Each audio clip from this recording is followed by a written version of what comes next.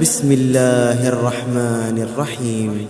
الرحمن علم القرآن خلق الإنسان علمه البيان الشمس والقمر بحسبان والنجم والشجر يسجدان والسماء رفعها ووضع الميزان ألا تطغوا في الميزان وأقيموا الوزن بالقسط ولا تخسروا الميزان والأرض وضعها للأنام فيها فاكهة والنخل ذات الأكمام والحب ذو العصف والريحان فبأي آلاء ربكما